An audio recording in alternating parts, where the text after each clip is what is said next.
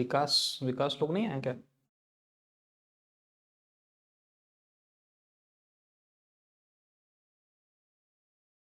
Okay. बहुत ज़्यादा नहीं, अब देखिए वो तो प्रिपरेशन आपको करके जाना है। ऐसा नहीं कि बहुत ज़्यादा क्वेश्चंस आपके जो है जो केस लॉ पे बहुत ज़्यादा, मैक्सिमम 10 बने, 5-6 मान के चलिए कि आपका मैक्सिमम उसमें कर लेंगे, वो पूछ सकते हैं। हाँ बाकी हाँ, पीछे आप उठा कर देख लीजिए ना कि बहुत ज़्यादा नहीं पूछा है। आप बैक पेपर देखें 2021 वाला, देखिए 2023 में, और 2023 वाला पीपी देखिए, इनमें कहाँ वैसे पूछा है, उतना पूछा है। चलिए हो गया ना। ओके, स्वागत है आप सभी का हमारे ऑनलाइन प्लेटफॉर्म माध्यम लावा मिस्र पर। हम लोग पीएमएलए डिस्कस कर रहे थे, प्रिवेंशन ऑफ मनी लॉन्ड्रिंग का एक्ट 2002। तो इसमें हम लोगों ने जो देख लिया था वो हम लोग पहुंच गए थे आपका सेक्शन 5 हमने कंप्लीट कर लिया था। अब हमें आगे देखना है सेक्शन 6 से, सेक्शन 6। ओके, तो अभी आप देखेंगे कि इसके साथ हमारा भी आईटी एक्ट, जो कि काफ़ी बच्चों का डिमांड था कि आईटी एक्ट से शुरू कर दिया जाए। आईटी एक्ट थोड़ा टेक्निकली और टफ भी है, उसमें जो टर्म्स हैं उन टर्म्स को समझना, उनके मीनिंग को समझना थोड़ा सा टफ है। तो आपका जो आईटी एक्ट है वो भी आज से शुरू कर दिया गया है, और अभी 1 घंटे पहले ही क्लासेस जो हैं वो आपकी 4 से 5 जो है उसकी क्लास चली है, जो कि अब कंटिन्यू रहेगी। और अभी उम्मीद ये है कि अभी आप लोगों की जो भी रेगुलर क्लासेस जो होंगी, अब 2 सीबीआई के 2 सब्जेक्ट को लेकर के पैरेलल चलती रहेंगी, ताकि जो आपका एग्ज़ाम है उस एग्ज़ाम डेट से पहले क्या करें, हम जो भी सारे एक्ट हैं इससे रिलेटेड, स्पेशली वो 8 एक्ट जो मेजर एक्ट के अलावा जो 8 एक्ट हैं आपका, जैसे वो इन्वायरमेंट एक्ट हो गया, prevention of money laundering act हो गया, इन सब में जो है इनको हम लोग कंप्लीट कर लें। ठीक, तो हम लोग अभी आप जो पीएमएलए पढ़ रहे थे, तो पीएमएल में हमने सेक्शन आपका जो है वो 5 पढ़ लिया था, और आगे आज देखेंगे सेक्शन 6 के बारे में। तो देखिए सेक्शन 6 क्या बात करता है, और ये चैप्टर कौन सा था, तो चैप्टर नंबर आपका जो है ये चैप्टर नंबर 3 है, सेकेंड है कौन सा, चैप्टर नंबर 3 था। ठीक, और ये बात क्या करता है, ये चैप्टर जो आपका है चैप्टर नंबर 3। ठीक, ये आपका चैप्टर हो गया, और अटैचमेंट, एडजुडिकेशन और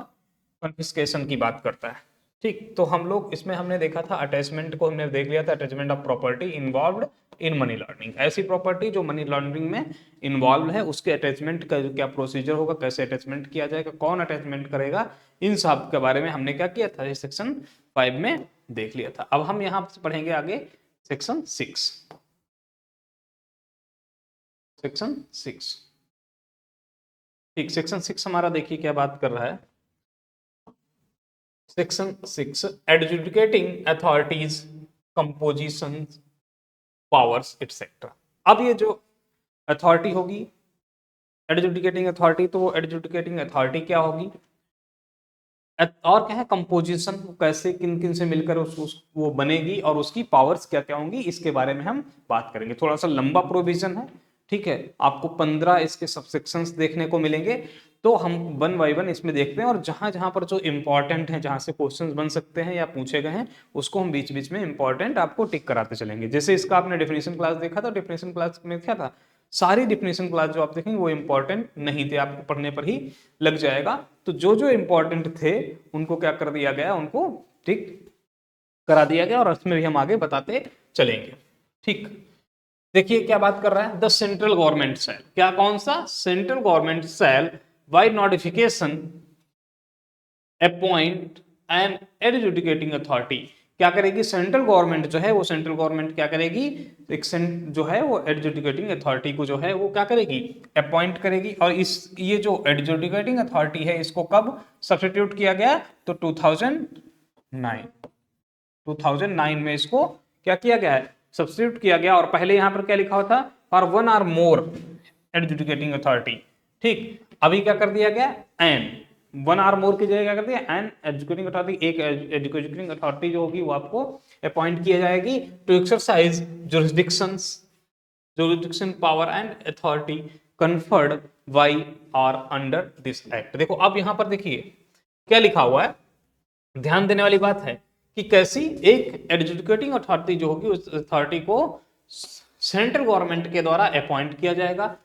काहे के लिए? टू एक्सरसाइज जुरिडिक्शन, उसको जुरिडिक्शन को एक्सरसाइज करने के लिए, पावर्स को, एंड अथॉरिटी कन्फर्ड बाई और अंडर दिस एक्ट। तो देखो ये क्या लिखा है, कन्फर्ड बाई और अंडर दिस एक्ट। तो ये वाई क्यों लिखा है? तो कन्फर्ड बाई मतलब ऐसी जुरिडिक्शन ऐसी पावर्स जो किसके पास होगी? एडजुडिकेटिंग अथॉरिटी के पास होंगी। किसके द्वारा कन्फर्ड की होंगी? कन्फर्ड बाई और अंडर दिस एक्ट। या तो इस एक्ट के अंदर जो कन्फर्ड की गई हैं उनको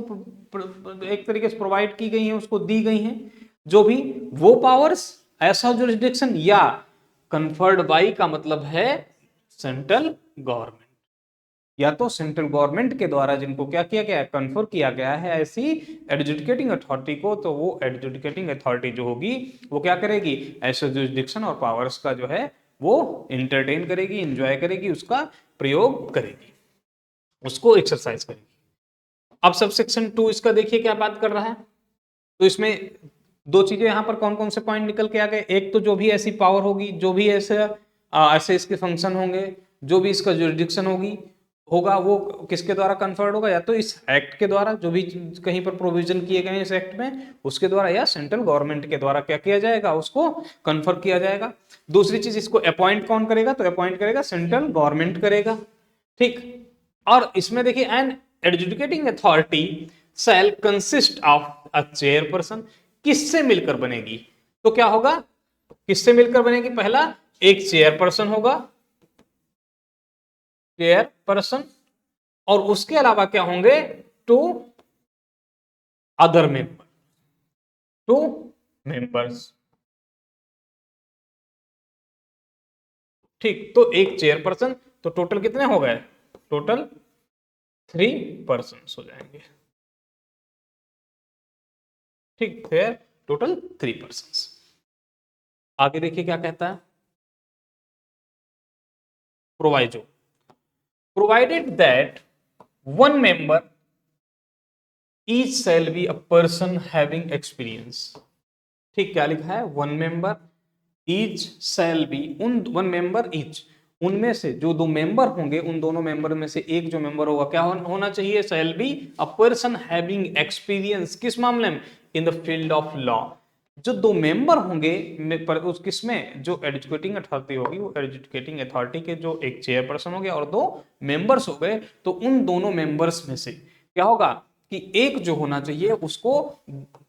ही है experience in the field of law, जिसको लॉ के फील्ड में क्या होना चाहिए? एक्सपीरियंस होना चाहिए। एडमिनिस्ट्रेशन के फील्ड में क्या होना चाहिए? एक्सपीरियंस होना चाहिए। फिनांस के फील्ड में एक्सपीरियंस होना चाहिए, और अकाउंटेंसी। तो उनमें से एक, उन दोनों मेंबर्स में से एक मेंबर को लॉ, एडमिनिस्ट्रेशन, फिनांस अथवा अकाउंटेंसी में क्या होना चाहिए? उसको एक्सपीरियंस होना चाहिए, वो एक्सपीरियंस रखना चाहिए। जो वो क्या होगा? वो ऐसा ही व्यक्ति जो ऐसे अकाउंटेंसी में, ऐसे फिनांस, एडमिनिस्ट्रेशन या लॉ की फील्ड में जो एक्सपीरियंस रखता है, उसी को क्या किया जाएगा? एक ऐसी अथॉरिटी के मेंबर के रूप में उसको अपॉइंट किया जाएगा। थर्ड देखिए क्या बात करता है इसका, अ पर्सन शैल। अब देखिए दूसरे की बात नहीं की गई, दूसरा क्या कर होगा? उसका क्वालिफिकेशन क्या होना चाहिए, उसका एक्सपीरियंस क्या होना है? दो में से कोई एक मेंबर होगा जिसके पास ये क्वालिफिकेशंस जो हैं वो होने चाहिए, ठीक। A person shall, however, not be qualified for the appointment as a member of an adjudicating authority. अब देखिए यहां पर डिस्क्वालिफिकेशन दे दी, मतलब क्या है कि अगर ये चीजें होंगी तो क्या होगा? उस पर्सन को अपॉइंट जो है मेंबर के रूप में अपॉइंट नहीं किया जाएगा। Person shall however not be qualified for appointment as a member of an educating authority. कब? In the field of law unless. अब वो फील्ड ऑफ लॉ, जो लॉ की फील्ड में क्या होना चाहिए? एक्सपीरियंस होना चाहिए, ठीक।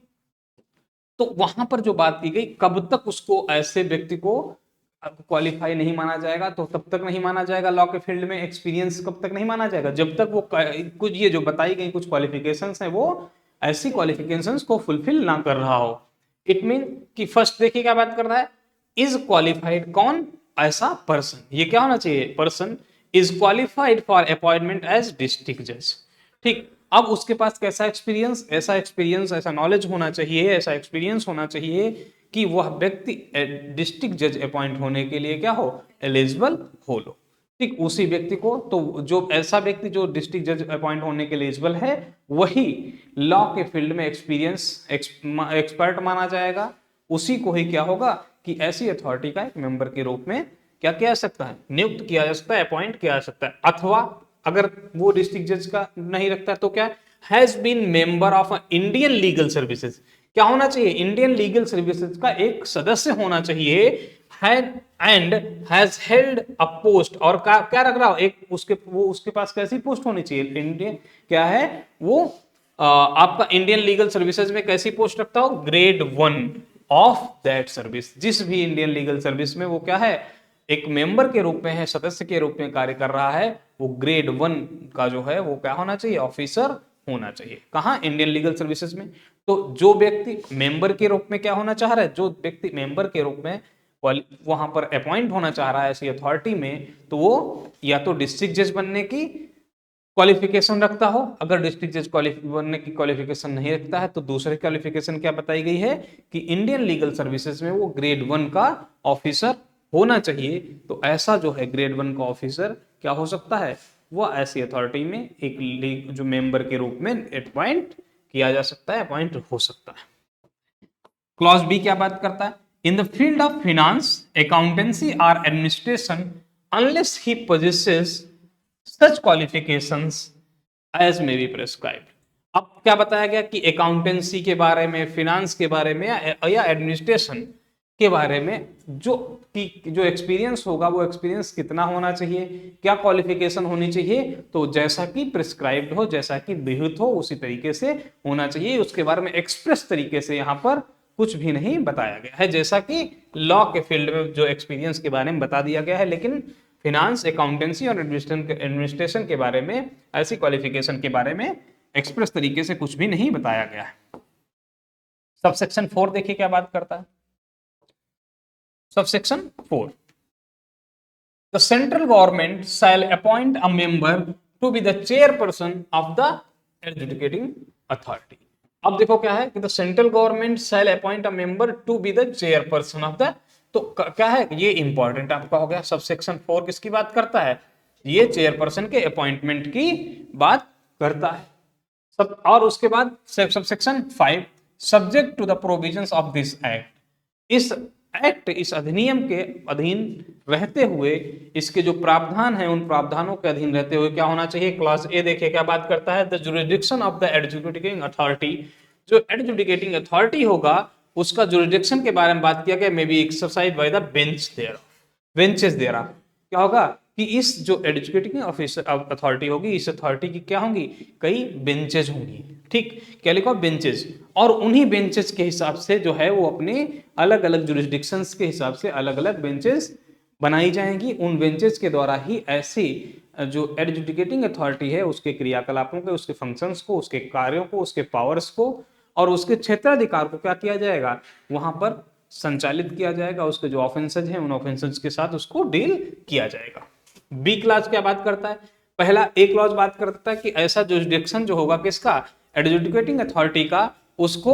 एक्सरसाइज कैसे किया जाएगा, बाय द बेंचेस। कई सारी जो बेंचेज होंगी अलग अलग जुरिस्डिक्शन के हिसाब से, उन बेंचेस के द्वारा उसको एक्सरसाइज किया जाएगा। ठीक, दूसरा बात करता है a bench may be constituted by the chairperson of the adjudicating authority with one or two members as the chairperson of the adjudicating authority may be deemed fit। जैसा कि जो चेयरपर्सन होगा किसका, एडजुडिकेटिंग अथॉरिटी का, और वो कहां कौन होगा,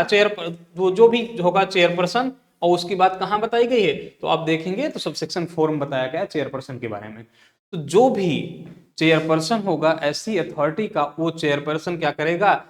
कि एक या दो से मिलकर, जो भी एक सदस्यीय या दो सदस्यीय मिलकर क्या है, जो बेंच होगी, वन और two members as the chairperson of the adjudicating authority may be deem fit, जैसा भी वो उचित समझे ऐसी बेंचेस का क्या कर सकता है, ऐसी बेंचेस का निर्माण कर सकता है, बना सकता है। ऐसी बेंचेस का जो है वो बताएगा, और बनाने के बाद वो बेंचेस के द्वारा ही ऐसी जो भी एडजुडिकेटिंग अथॉरिटी होगी उसके जुरिस्डिक्शन का संचालन करेगा। ठीक, ये बात कर दिया गया। ए में कह दिया गया क्या, कि बेंचेस के द्वारा ऐसे जुरिडिक्शन का किया जाएगा। दूसरे में बता दिया कि जो बेंच है उस बेंच का निर्माण, उस बेंच में कितने, एक सदस्य होगा, दो सदस्य होंगे, इस बेंच को कौन डिसाइड करेगा, इसको कॉन्स्टिट्यूट करेगा, वो चेयरपर्सन ऑफ द अथॉरिटी जो है वो क्या करेगा, वो ऐसे इसको फॉर्म करेगा। सी बात देखिए क्या बात करता है, clause C, the benches of the adjudicating authority shall ordinarily sit at New Delhi. साधारणतः जो इसकी बेंचेज हैं वो बेंचेज जो हैं वो कहाँ बैठेंगी, उनका बैठने का स्थान या उनको जो भी ऑफेंसेज हैं उनकी सुनवाई का, उनके हियरिंग का जो अधिकार क्षेत्र होगा या जो प्लेस होगा, स्थान होगा, वो कहाँ होगा, वो आपका न्यू दिल्ली होगा। तो ऐसी बेंचेज जो होंगी इस अथॉरिटी की shall ordinarily sit at New Delhi, नई दिल्ली में होंगी, and at such other places as the central government may in consultation with the chairperson by notification specify. अब कहाँ होंगी, सामान्यतः या साधारणतः देखेंगे कि ये बेंचेस कहाँ बैठेंगी, इनका स्थान क्या होगा, दिल्ली होगा। लेकिन अगर किसी और स्थान पर ऐसी बेंचेस का होना कि ऐसी बेंचेस कहीं और पर जाकर के ऐसे न्याय निर्णय का कार्य कर सकती हैं, तो वो क्या करेगा, सेंट्रल गवर्नमेंट चेयरपर्सन के साथ क्या करेगा, कंसल्टेशन के साथ ऐसी जो बेंचेज हैं बेंचेज का स्थान कहीं और पर भी सुनिश्चित कर सकता है। और इसको क्या करेगा, बाय नोटिफिकेशन स्पेसिफाई, नोटिफिकेशन में ऐसी अधिसूचना में क्या करेगा, ऐसे स्थान को नोटिफाई करेगा, बताएगा। ठीक, तो सेंट्रल गवर्नमेंट तो अगर दिल्ली के अलावा होनी है, कोई बेंच की बैठक कहीं होनी है, तो वो बैठक किस हिसाब से होगी, वो सेंट्रल गवर्नमेंट के द्वारा की जाएगी। लेकिन सेंट्रल गवर्नमेंट ऐसी बैठक का जो प्लेस है उसको डिसाइड कैसे करेगा, तो with the consultation of chairperson of the adjudicating authority. ठीक, और और जो सेंट्रल गवर्नमेंट होगी, सेंट्रल गवर्नमेंट ऐसे जो स्थान है उसको नोटिफाई करेगी, नोटिफिकेशन में नोटिफाई की स्पेसिफाई करेगी कि फला फला स्थान पर, ऐसे स्थान पर क्या होगा कि ऐसी जो बेंच है वो बैठकर अपना कार्य करेगी। ठीक, ये बात आपका क्लॉज सी कर देता है। क्लॉज डी देखिए क्या कहता है, the central government, clause D,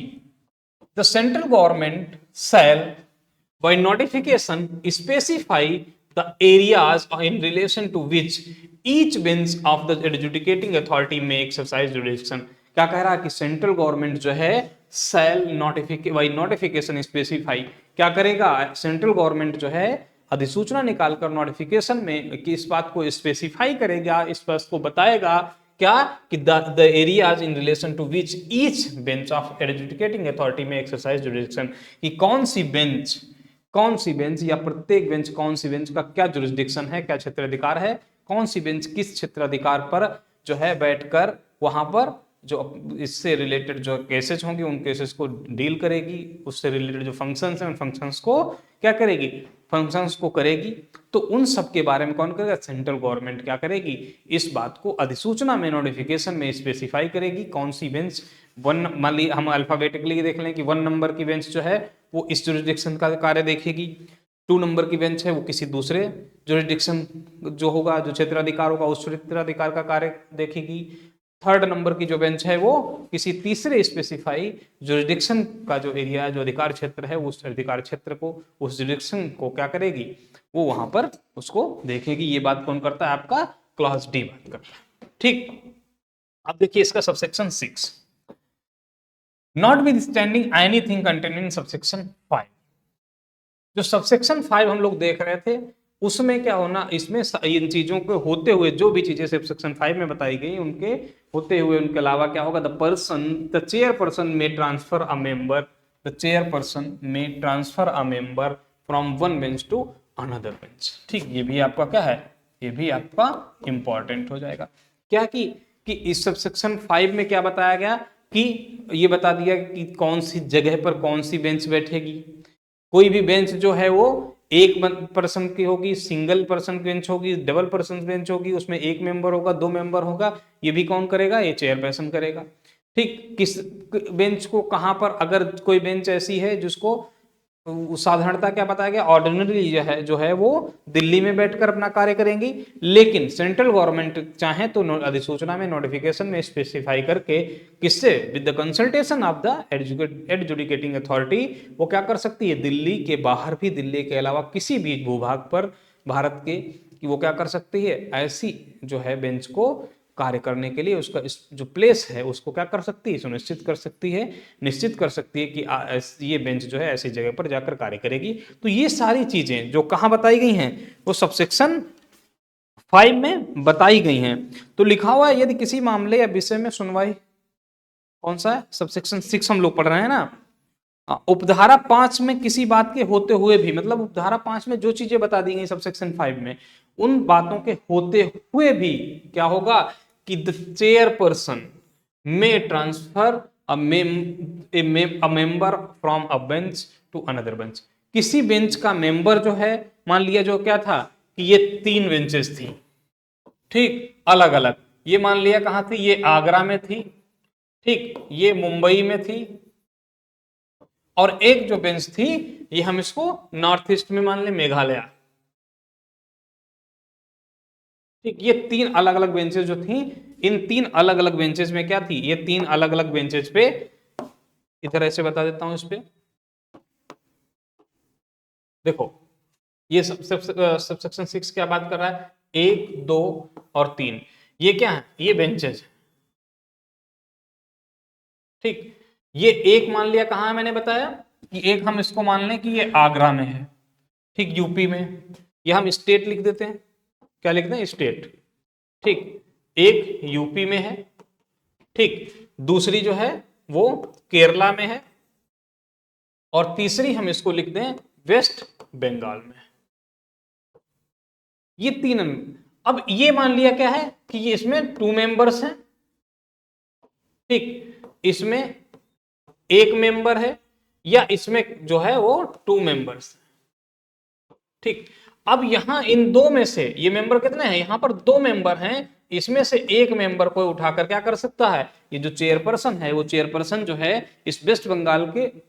जो बेंच है इसमें 2 मेंबर्स हैं, इनमें से एक मेंबर को वो क्या कर सकता है, केरला भेज सकता है, ठीक। यहां पर एक मेंबर है तो इसने क्या किया, यहां के एक मेंबर को क्या कर दिया, यूपी भेज दिया, और यहां पर जो 2 मेंबर्स थे इनमें से एक मेंबर को उठा करके क्या कर दिया, उसने केरला भेज दिया। तो ये जो मेंबर्स हैं बेंच के, इन बेंच के मेंबर को के ट्रांसफर को लेकर के जो पावर है, जो उसका अधिकार है, किसके पास, चेयरपर्सन के पास, और चेयरपर्सन क्या कर सकता है, एक मेंबर को, किसी एक बेंच के एक मेंबर को दूसरे बेंच के उस जो है मेंबर के साथ एक्सचेंज कर सकता है, उसको ट्रांसफर कर सकता है कि यहां से क्या करिए, कि यहां पर कार्य ज्यादा है, यहां पर एक व्यक्ति है तो ऐसा करो, यहां से एक लोग जाकर के आप क्या करो, चलो केरला चले जाओ, ठीक। तो ये किसके पास अधिकार है, ये जो अधिकार है वो आपका चेयरपर्सन के पास है, ठीक। ये आपका जो हो गया सेक्शन, सबसेक्शन 6 बोलता है। सबसेक्शन 7 देखिए क्या कहता है, if at any stage of the hearing of any case और matter it appears to the chairperson or a member that the case or matter is such a nature that it ought to be heard by a bench consisting of 2 members, the case or matter may be transferred by the chairperson or as the case may be referred to him for transfer to such bench as the chairperson may deem fit। कह रहा है कि जो chairperson है वो क्या कर सकता है कि अब कोई ऐसा मामला है at any stage of the hearing at any case, कहा कि कोई केस जो है उस केस की, कोई मान लिया एक बेंच है उस पर मनी लॉन्ड्रिंग से रिलेटेड जो है वो केस चल रहा है, और केस की जब सुनवाई चल रही थी उसमें जब क्या किया गया कि जो एविडेंसेस लाए गए अथॉरिटी के द्वारा या जो ऑफिसर्स के द्वारा, और जो और रिकॉर्ड्स जो जब खंगाले गए, उन रिकॉर्ड्स को देखा गया, एविडेंसेस को देखा गया, तो during the inquiry of any case, जब इंक्वायरी चल रही थी या इन्वेस्टिगेशन हो रही थी, उस दौरान क्या लगता है कि उस दौरान ऐसा लगता है कि जो मामला या जो केस है उसका कोई ऐसा इंक्वायरी के दौरान कुछ ऐसी चीजें निकल के आई जिससे ये लगता है कि क्या है कि ऐसी जो हियरिंग है ड्यूरिंग एनी स्टेज, लिखा हुआ कहीं पर भी, किसी भी स्थान पर, किसी भी स्टेज पर, अगर ऐसा लगता है किसको, टू द चेयरपर्सन और अ मेंबर ऑफ दैट केस, या उस केस का कोई मेंबर है या चेयरपर्सन है जो भी उसको क्या कर रहा है, देख रहा है ऐसे मामले को, तो उन्हें किसी भी स्टेज पर ऐसा लगता है कि जिस हम मैटर को, जिस केस को हम देख रहे हैं, ये केस या ये ऐसा मैटर हमारे द्वारा ना होकर के किसी अन्य जो बेंच है उस बेंच के द्वारा इसको देखा जाना चाहिए, सुना जाना चाहिए। उसका इन्वेस्टिगेशन, इंक्वायरी या ट्रायल जो भी चीजें होनी चाहिए, कोई भी प्रोसीडिंग, ये मेरे द्वारा नहीं, ये उस कॉम्पिटेंट बेंच के द्वारा किया जाना चाहिए। तो ऐसा चेयरपर्सन क्या करेगा, उस ऐसे केस या ऐसे मैटर को क्या कर देगा, ऐसी बेंच को ट्रांसफर कर देगा जैसा कि वह उचित समझे। ठीक, और ट्रांसफर कौन करेगा, चेयरपर्सन। तो पहले जो इससे पहले जो बात करता था, तो सब सेक्शन 6 जब आपने देखा तो वहां पर मेंबर के ट्रांसफर की बात की गई, और यहां पर बात की गई ऐसे केस के ट्रांसफर की, कि कोई केस जिसको कोई बेंच जो है, कोई भी बेंच है, वो बेंच क्या कर रही है, ऐसे किसी केस को हियरिंग कर रही है, उसको सुनवाई कर रही है, और उसको किसी भी स्टेज पर ये लगता है कि ये केस मेरे द्वारा या ऐसा मैटर हमारे द्वारा नहीं सुना जाना चाहिए, ये किसी दूसरी बेंच के द्वारा सुना जाना चाहिए, तो किसको लगता है, या तो चेयरपर्सन को या उस अथॉरिटी के किसी मेंबर को। तो ऐसा मेंबर या बेंच का मेंबर, हाँ हाँ, तब वो क्या कर देगा, चेयरपर्सन के पास है। ठीक, तो चेयरपर्सन क्या कर देगा, ऐसे मामले को किसी अन्य जो है किसके पास हो जाएगा, heard by bench of 2 members, the case may B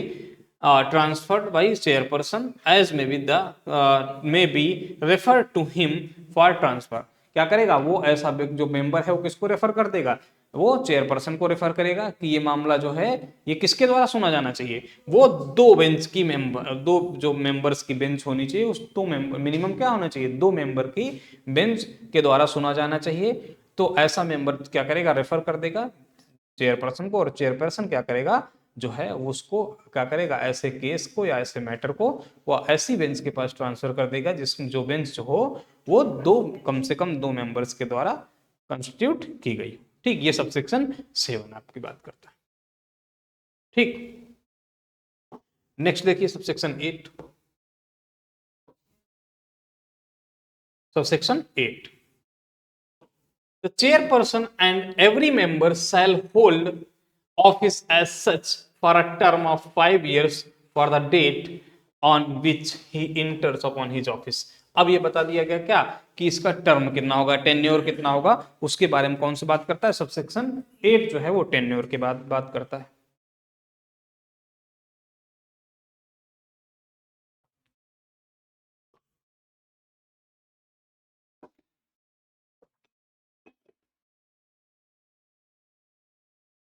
देखिए क्या बात कर रहा है कि टेन्योर के बारे में बात कर रहा है, कि जो चेयरपर्सन होगा या कोई अन्य मेंबर, प्रत्येक मेंबर चेयरपर्सन या उसके अलावा जो मेंबर्स होंगे ऐसी किसकी, एडजुडिकेटिंग अथॉरिटी के मेंबर्स या चेयरपर्सन जो होगा, shall hold office as such for term of 5 years, कितने दिन के लिए, 5 साल के लिए, और कब से कब तक, on which he enters upon his office, जब से वह अपने ऑफिस में as a member of this authority या as a chairperson of this authority वो क्या करते हैं, अपनी ऑफिस में जैसे एंटर करते हैं उस दिन से लेकर के 5 साल तक, 5 इयर्स तक वो क्या होंगे, वो उनका टाइम पीरियड होगा, टेन्योर होगा, उतने समय तक वो है जो है ऐसे मेंबर या ऐसे चेयरपर्सन के रूप में क्या करेंगे, अपनी सेवाएं देंगे। देखिए प्रोवाइजो क्या कहता है इसी का, प्रोवाइडेड दैट नो चेयरपर्सन और other member shall hold office as much after he has attained the age of 65 years। मतलब क्या कहा गया, अब यहां पर आप देख लीजिए कि जो चेयरपर्सन है उस चेयरपर्सन का क्या है,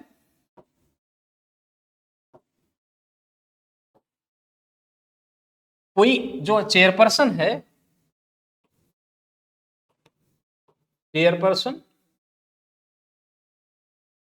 और एवरी मेंबर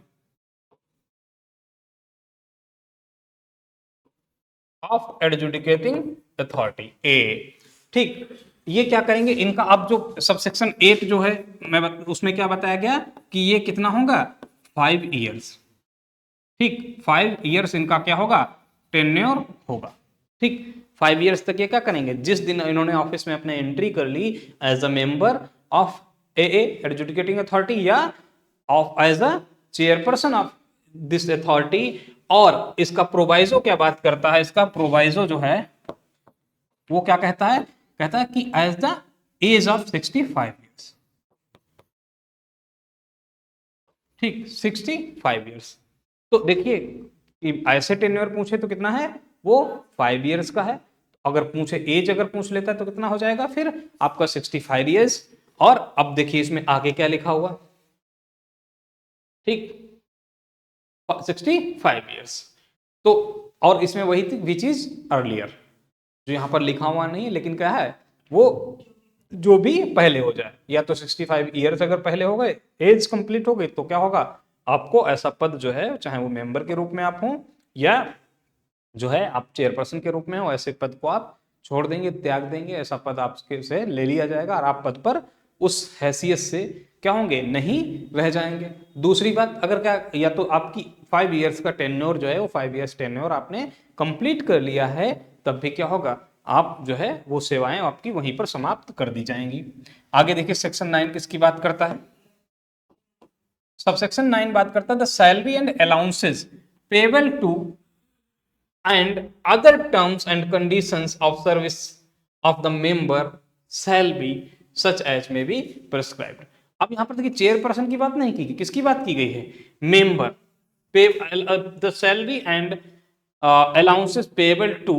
और and the other terms and conditions of service of the member shall be such as may be prescribed. जैसा कि अब ऐसे व्यक्ति को, ऐसा जो मेंबर है उसका, या ऐसा क्या है कि उसको की जो सैलरीज होंगी, जो अलाउंसेस दिए जाएंगे, उसके अलावा जो अन्य टर्म एंड कंडीशंस क्या होंगे जो लागू होंगे ऐसे मेंबर के ऊपर, तो क्या हो जाएगा वो कैसा होगा कि जैसा कि प्रिस्क्राइब्ड हो, जैसा कि विहित हो, उसके उसी के अकॉर्डिंग किया जाएगा। एक्सप्रेस तरीके, यहाँ पर एक्सप्रेस तरीके से नहीं बताया गया, मतलब क्या होगा कि सेंट्रल गवर्नमेंट क्या करेगी, जैसा कि प्रिस्क्राइब्ड कर देगी, जैसा निश्चित कर देगी, जैसा विहित कर देगी कि ये टर्म्स एंड कंडीशंस हैं, इस तरीके से आप अपनी ऐसे जो सर्विस है, इस सर्विस को आप फुलफिल करेंगे, ऐसे फंक्शंस, ऐसे पावर्स को क्या करेंगे, ऐसे पावर या ऐसी फंक्शन को आप जो है एक्सरसाइज करेंगे, और आपको जो भी ये सैलरी और इस प्रकार के अलाउंसेस जो हैं वो आपको प्रोवाइड किए जाएंगे, ऐसी सर्विसेज को, ऐसी जो पावर्स हैं, ऐसे फंक्शंस को एक्सरसाइज करने के लिए। तो जो भी सेंट्रल गवर्नमेंट के द्वारा कर दिया जाएगा उसी के अकॉर्डिंग होगा, ठीक। तो एज में बी प्रेस्क्राइब्ड।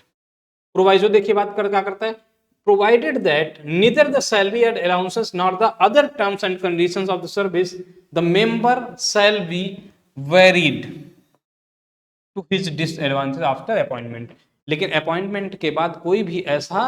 कोई भी अलाउंसेस या कोई भी ऐसे टर्म एंड कंडीशंस हैं उनको क्या नहीं किया जाएगा, services of the member shall be varied, जो वेरी नहीं करेंगी किस चीज की, of to his advantage after appointment के, उनके अपॉइंटमेंट के बाद इस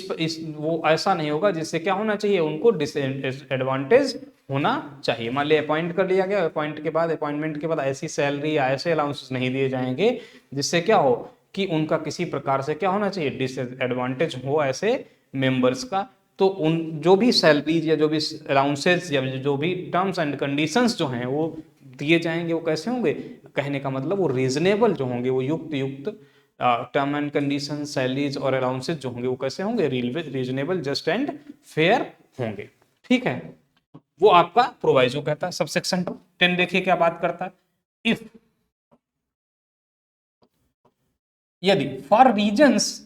other than temporary absence any vacancy occurs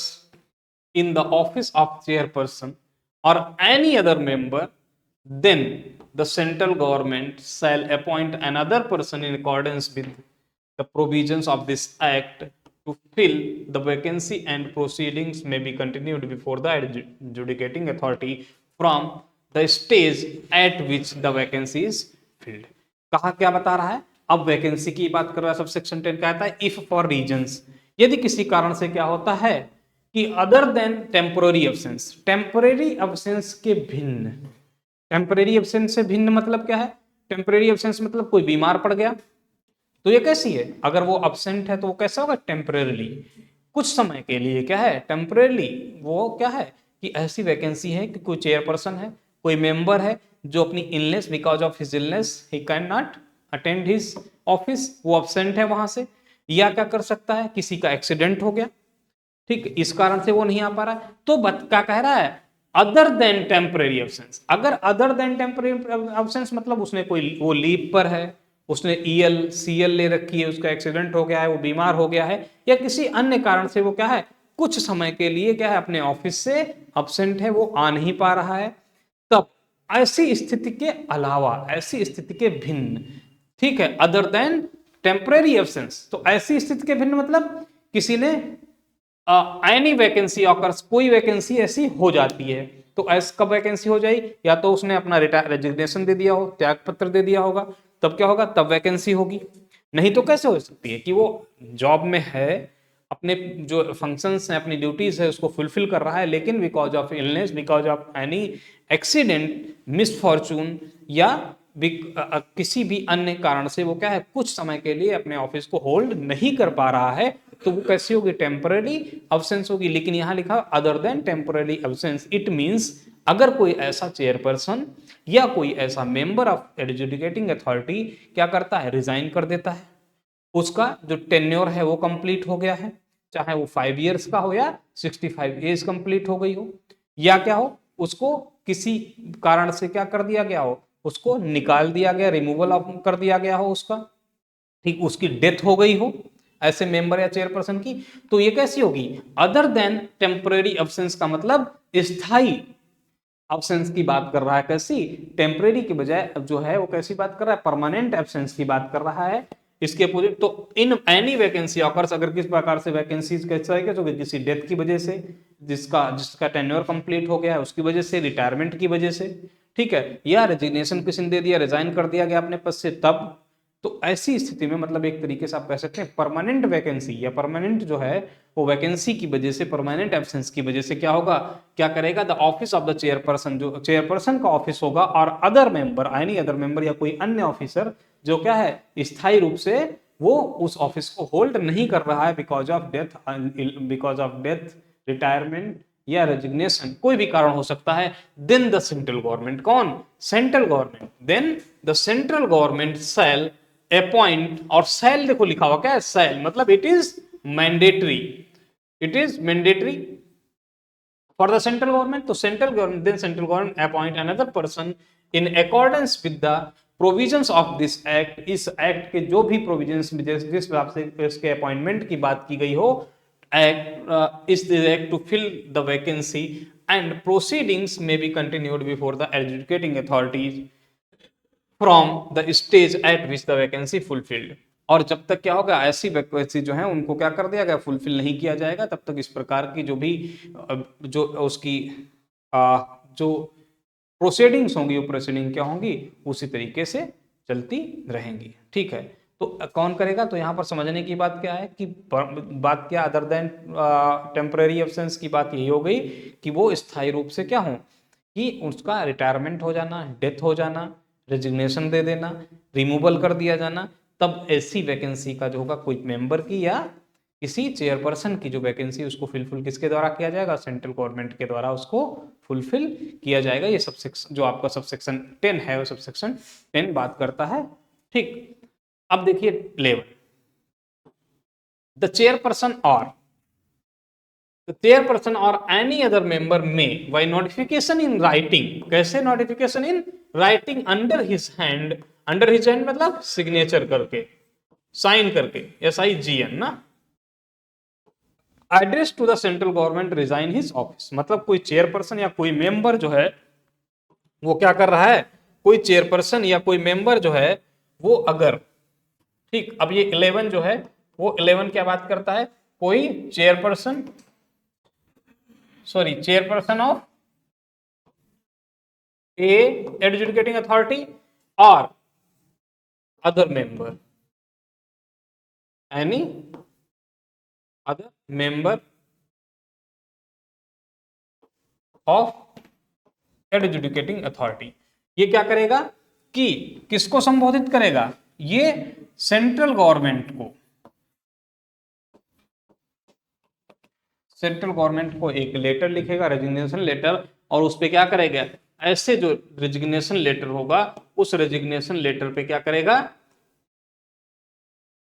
उस पर अपने सिग्नेचर करेगा, साइन करेगा, SIGN, उस पर सिग्नेचर करेगा। तो सेंट्रल गवर्नमेंट को क्या करेगा, ये ऐसा पर्सन जो चेयरपर्सन होगा ऐसी एडजुडिकेटिंग अथॉरिटी का, या जो आपका उसका कोई मेंबर होगा, वो मेंबर क्या करेगा कि एडजुडिकेटिंग अथॉरिटी का मेंबर, या क्या हुआ ये, ओके चल नहीं रहा है क्या, देखिए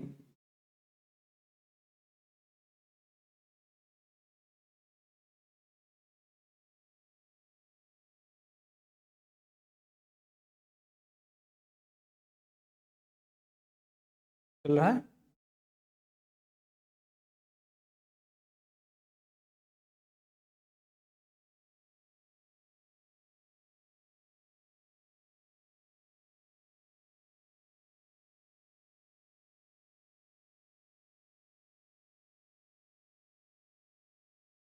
बंद हो गया क्या?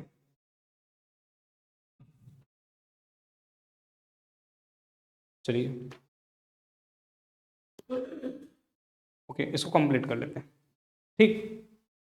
तो क्या करेगा, तो इसको सेंट्रल गवर्नमेंट को क्या करेगा, सेंट्रल गवर्नमेंट को रेजिग्नेशन लेटर क्या करेगा, संबोधित करेगा, उसको लिख करके और उस पर सिग्नेचर करके उसको क्या कर देगा, रेजिग्नेशन लेटर जो है वो सेंट्रल गवर्नमेंट को दे देगा। ठीक, द चेयरपर्सन और any other member by notice in writing, कैसे राइटिंग में, by notice in writing under his hand up address to the central government, किसको एड्रेस करेगा, सेंट्रल गवर्नमेंट को, और अंडर हिज हैंड मतलब सिग्नेचर की बात करता है।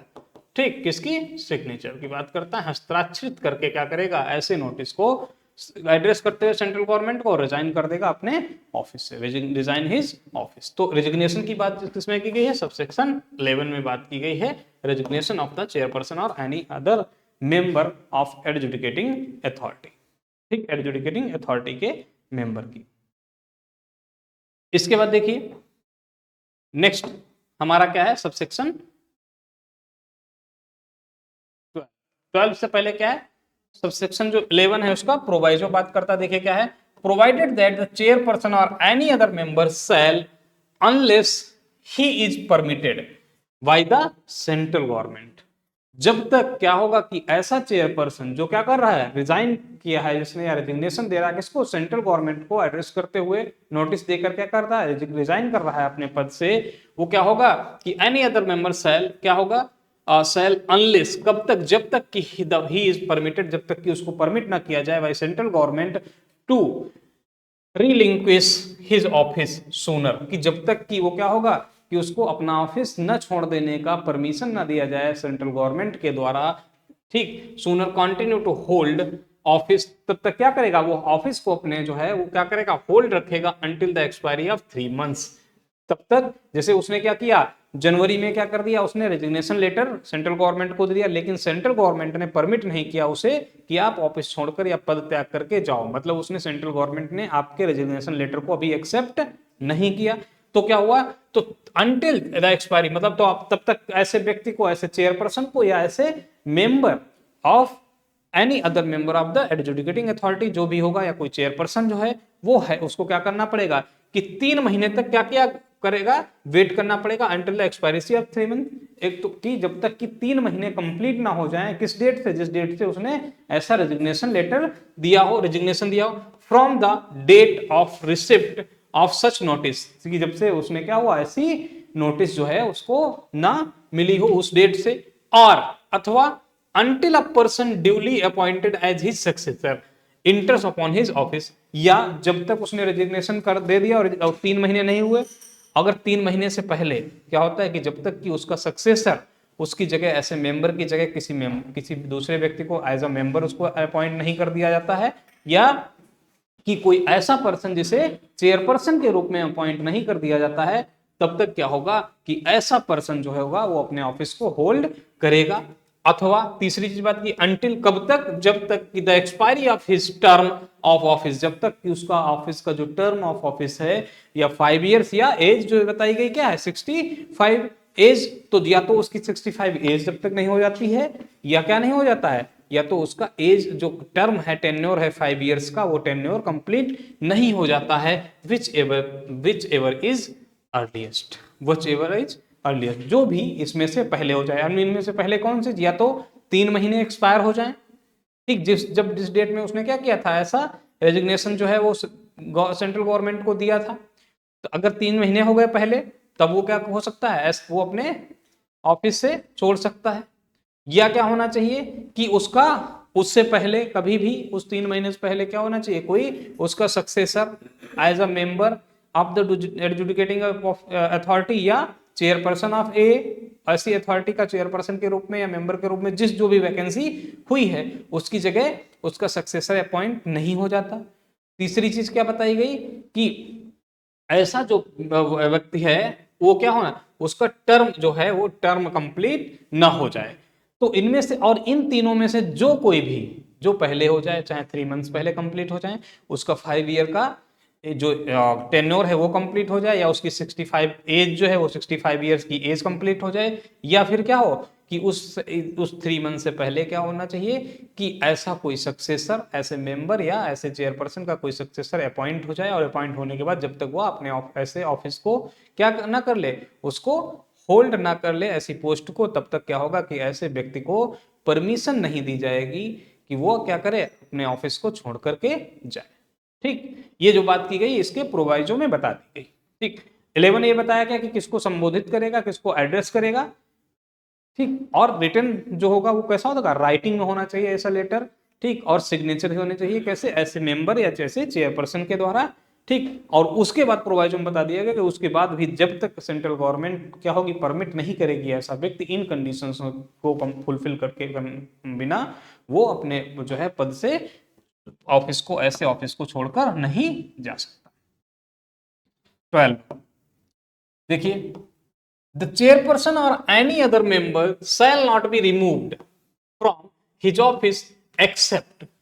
कब तक ऐसा चेयरपर्सन या कोई व्यक्ति है जो उसको उसके पद से हटाया नहीं जाएगा, कब तक नहीं हटाया जाएगा, जब तक कि एक्सेप्ट सिवाय by an order made by the central government after giving necessary opportunity of hearing, कि सेंट्रल गवर्नमेंट के द्वारा ही ऐसे व्यक्ति को क्या हो सकता है, हटाया जा सकता है। मतलब जब तक कि सेंट्रल गवर्नमेंट ना चाहे तब तक क्या होगा, ऐसे व्यक्ति को उसकी जगह से, उसके पद से रिमूव नहीं किया जा सकता, रिमूवल नहीं किया जा सकता। लेकिन ऐसा रिमूवल कब किया जाएगा, उसको प्रॉपर जो है necessary opportunity after giving necessary opportunity of hearing, कि उसको सुनवाई का जब तक पूरा जो है मौका नहीं दिया जाएगा। मतलब अगर उसको हटाया जा रहा है तो कारण बताए जाएंगे आपको क्यों, किस कारण से इस पद से किसी मेंबर के रूप में या चेयरपर्सन के रूप में आपको जो आप सेवाएं दे रहे थे उन सेवाओं से आपको मुक्त किया जाता है, आपको रिमूव किया जाता है ऐसे पद से। तो उसको ये जानने का भी अधिकार होगा, और उसकी पूरी सुनवाई का जो है वो क्या करेगी, सेंट्रल गवर्नमेंट उसकी सभी बातों को सुनेगी, और प्रॉपर जो है उसको सुनने के बाद ही क्या करेगी, ऐसे व्यक्ति को उसके पद से हटा सकती है। ठीक, ये आपका सेक्शन सबसेक्शन 12 हो गया। सबसेक्शन 13 देखिए क्या बात करता है, in the event of the occurrence of any vacancy in the office of the chairperson by reason of his death, क्या कि किसी व्यक्ति का, किसी जो है कोई चेयरपर्सन, कोई ऑफिस में वैकेंसी होती है किसमें, कि जो एडजुडिकेटिंग ऑफिसर है, अथॉरिटी है, उसमें कोई वैकेंसी कैसे होती है, किसी चेयरपर्सन के रूप में। तो कोई चेयरपर्सन का की जो वैकेंसी है वो कैसे होगी, by the reason of death, उसकी डेथ हो जाने के कारण, कोई किसी चेयरपर्सन था जो चेयरपर्सन क्या होगी, मृत्यु हो गई, उस चेयरपर्सन की मृत्यु के कारण, डेथ के कारण, रेजिग्नेशन और अदरवाइज, या उसने ऐसे चेयरपर्सन ने क्या किया, अपने पद से रिजाइन कर दिया, या अदरवाइज या किसी अन्य कारण से। अब उसमें अन्य कारण में क्या हो गया, एक तो रिजाइन हो गया, दूसरा डेथ हो गया, तो अदरवाइज में उसको बीआरएस हो गया, उसका रिमूवल कर दिया गया, उसको हटा दिया गया, उसमें बीआरएस ले लिया, अपने आप समय से पहले क्या कर लिया, वो कर लेता है, या रिटायरमेंट उसका हो जाता है, या उसकी एज कंप्लीट हो जाती है, तो किसी अन्य कारण, अदरवाइज में ये सारी चीजें क्या हो गई, आ गई। The senior most member shall act as the chairperson of the adjudicating authority until the date on which a new chairperson appointed in accordance with the provisions of this act to fill such vacancy enters his office upon his office। क्या होगा कि उस ऐसी जो adjudicating authority है उसका जो senior most जो पर्सन होगा, वो सीनियर मोस्ट पर्सन क्या होगा कि ऐसी वैकेंसी में वो चेयरपर्सन के रूप में क्या करेगा, कार्य करेगा, चेयरपर्सन के रूप में क्या करेगा, कार्य करेगा। और वो कब तक कार्य करता रहेगा, जब तक कि नया कोई जो है वो चेयरपर्सन अपॉइंट न कर दिया जाए, और ऐसा व्यक्ति जो है अपॉइंट करके ऐसी वैकेंसीज को फिल ना कर दिया जाएगा, पूरा ना कर दिया जाए, और जब तक ऐसा न्यूली अपॉइंटेड जो आपका चेयरपर्सन होगा वो अपनी ऑफिस में क्या करे, इंटर करके और ऐसे जो पद है, ऐसे जो डिजिग्नेशन है वो एज अ चेयरपर्सन क्या कर ले, उस पद को होल्ड न कर ले, तब तक क्या होगा कि सीनियर मोस्ट जो पर्सन होगा वो एज अ चेयरपर्सन क्या करेगा, एक्सरसाइज करेगा उन फंक्शंस को चेयरपर्सन की, उन पावर्स को। ठीक, ये आपका सबसेक्शन 13 हो गया। सबसेक्शन 14 देखिए क्या बात करता है, when the chairperson of adjudicating authority is unable to discharge, जब कोई चेयरपर्सन क्या है, एडजुडिकेटिंग अथॉरिटी का एज चेयरपर्सन क्या होता है, अनेबल हो जाता है to discharge his functions owing to absence, किस कारण से, अब्सेंस की वजह से, अनुपस्थिति की वजह से, इलनेस के कारण, और एनी अदर कॉज या किसी अन्य कारणवश से, the senior most member shall discharge the functions of chairperson of the adjudicating authority until the date within which chairperson shall adjudicating authority resume his duties. कोई ऐसा चेयरपर्सन है जो क्या हुआ कि एक तो पहले कंडीशन क्या बताई गई कि उसकी डेथ हो गई, ठीक, उसने रिजाइन कर दिया या कोई अन्य कारण से वो पद खाली है, तब भी सीनियर मोस्ट जो पर्सन होगा ऐसी एडजुकेटिंग अथॉरिटी का वो एज अ चेयरपर्सन उन फंक्शंस को, उन पावर्स को, अपनी उन ड्यूटीज को क्या करेगा, एक्सरसाइज करेगा। नीचे बता दिया गया कोई, ये यहां बात कर रहा है किस तरीके की, टेम्परेरी अब्सेंस की, कि टेम्परेरी जो है कोई चेयरपर्सन क्या है, अब्सेंट है, वो आ नहीं रहा है, अपनी ड्यूटीज को फुलफिल नहीं कर पा रहा है बिकॉज ऑफ इलनेस, ठीक, because of illness, because of, कहां लिखा हुआ है 14, because of illness owing his, हाँ, इलनेस और एनी अदर कॉज, या किसी अन्य कारण से वो अपनी ड्यूटीज को फुलफिल नहीं कर पा रहा है, तो सीनियर मोस्ट जो पर्सन होगा वो सीनियर मोस्ट पर्सन तब तक जब तक कि ऐसा चेयरपर्सन जो है वह दोबारा से अपनी ड्यूटीज को फुलफिल करने के लिए उस पद को होल्ड नहीं कर लेता है, तब तक ऐसा जो सीनियर मोस्ट मेंबर होगा ऐसी ड्यूटीज को एक्सरसाइज करेगा, जो चेयरपर्सन क्या करता है, एक्सरसाइज करता है। ये आपका सबसेक्शन 14 इस बारे में बात करता है। सबसेक्शन 15 देखिए, लास्ट सबसेक्शन इसका है, the adjudicating authority shall not be bound by the procedure laid down by the code of civil procedure 1908। ठीक, जो सीपीसी का जो प्रोसीजर है उस प्रोसीजर के अंतर्गत जो है वो आबद्ध नहीं है, बाउंड नहीं है, कौन, एडजुडिकेटिंग अथॉरिटी जो है शैल नॉट बी बाउंड, क्या है, शैल लिखा हुआ है, शैल नॉट बी बाउंड, कि वो बाउंड नहीं होगी कि वो किस प्रकार के प्रोसीजर का यूज करे या प्रोसीजर को फॉलो करे, वो सीपीसी सिविल प्रोसीजर कोड का जो प्रोसीजर है उस प्रोसीजर को फॉलो करने के लिए जो है वो बाउंड नहीं है। ठीक, और आगे क्या लिखा हुआ है, but shall be guided by the principle of natural justice, लेकिन क्या है कि जो नेचुरल जस्टिस के जो प्रिंसिपल्स हैं उन नेचुरल जस्टिस के प्रिंसिपल्स को क्या करेगी, उनसे ऐसा गाइडेंस लेगी, guided by the principle of the natural justice, जो भी अब जैसे क्या ऊपर की बात, अब नेचुरल जस्टिस का उदाहरण देखिए क्या है कि ऊपर बताया गया कि क्या होगा कि किसी व्यक्ति को अगर रिमूवल उसका होता है, तो अगर रिमूवल उस व्यक्ति का कर रहे हैं, ऐसे चेयरपर्सन का रिमूवल कर रहे हैं, तो उसको प्रॉपर सुनवाई का मौका दिया जाएगा, और ये किस चीज का प्रिंसिपल है, it is a principle of natural justice. ये नेचुरल जस्टिस का ही एक प्रिंसिपल है कि क्या होना चाहिए कि उस व्यक्ति की बात को प्रॉपर सुनना, उसे भी अपने पक्ष को रखने देना, ये नेचुरल जस्टिस का प्रिंसिपल है। तो इसीलिए क्या बात कर रहा है कि सिविल प्रोसीजर कोड आपका जो है 1908, वो उस सिविल प्रोसीजर कोड को फॉलो करने के लिए ऐसी एडजुडिकेटिंग अथॉरिटी वो जो है जो इसके अंतर्गत बताई गई है वो उसको बाउंड नहीं है फॉलो करने के लिए, लेकिन क्या करेगी, गाइडेड बाई, क्या होगी, shall be guided by the principle of natural justice, लेकिन नेचुरल जस्टिस के जो प्रिंसिपल्स उनके द्वारा उसको, उनके आधार पर वो क्या करेगी, ऐसे कार्य करेगी, अपने जो फंक्शंस हैं, अपनी जो ड्यूटीज हैं उनको फुलफिल करेगी। And subject to the other provisions of this act the adjudicating authority shall have power to regulate its own procedure. और इस अधिनियम के अंतर्गत जो भी अन्य अधिनियम जो नियम बनाए गए प्रावधान हैं, उन प्रावधानों के अधीन रहते हुए ऐसी एडजुडिकेटिंग अथॉरिटी क्या है, ऐसी एडजुडिकेटिंग अथॉरिटी अपने खुद के लॉज जो है वो क्या कर सकती है, बना सकती है। ठीक, ऐसे खुद अपने खुद के जो प्रोसीजर, ऐसी प्रक्रिया जो है वो क्या कर सकती है, वो खुद ही बना सकती है। ठीक, फिर अब ये आपका हो गया सबसेक्शन जो 6, आपका सेक्शन 6 है, वो सेक्शन 6 जो है वो पूरी तरीके से कंप्लीट हो गया। अब हम लोग इसके बाद देखेंगे कौन सा, सबसेक्शन 7। देखिए सबसेक्शन 7 क्या बात करता है, स्टाफ ऑफ एडजुडिकेटिंग अथॉरिटीज, जो ऐसी एडजुडिकेटिंग अथॉरिटीज होंगी, ऐसी जो न्याय निर्णायक प्राधिकारी होंगी, इन प्राधिकारियों के जो स्टाफ होगा उसके संबंध में बात कौन करता है, section 7 of the PMLA, prevention of money laundering act 2002 का जो सेक्शन 7 है वो किसके बारे में बात करता है, staff of adjudicating authorities. The central government shall provide each adjudicating authority with such officers and employees as the government may think fit। क्या होगा कि सेंट्रल गवर्नमेंट क्या करेगी, shall provide each adjudicating authority with such officers and employees as the government may think fit। जैसा कि सरकार उचित समझे, सेंट्रल गवर्नमेंट क्या करेगी, ऐसी जो भी एडजुडिकेटिंग अथॉरिटी होंगी उनको संचालित करने के लिए जो भी एम्प्लॉयज, जो भी ऑफिसर, जो भी अधिकारी, जो ऑफिसर एम्प्लॉयज की आवश्यकता है, उन एम्प्लॉयज और ऐसे ऑफिसर्स को कौन काम देगा, वो प्रोवाइड करेगी सेंट्रल गवर्नमेंट।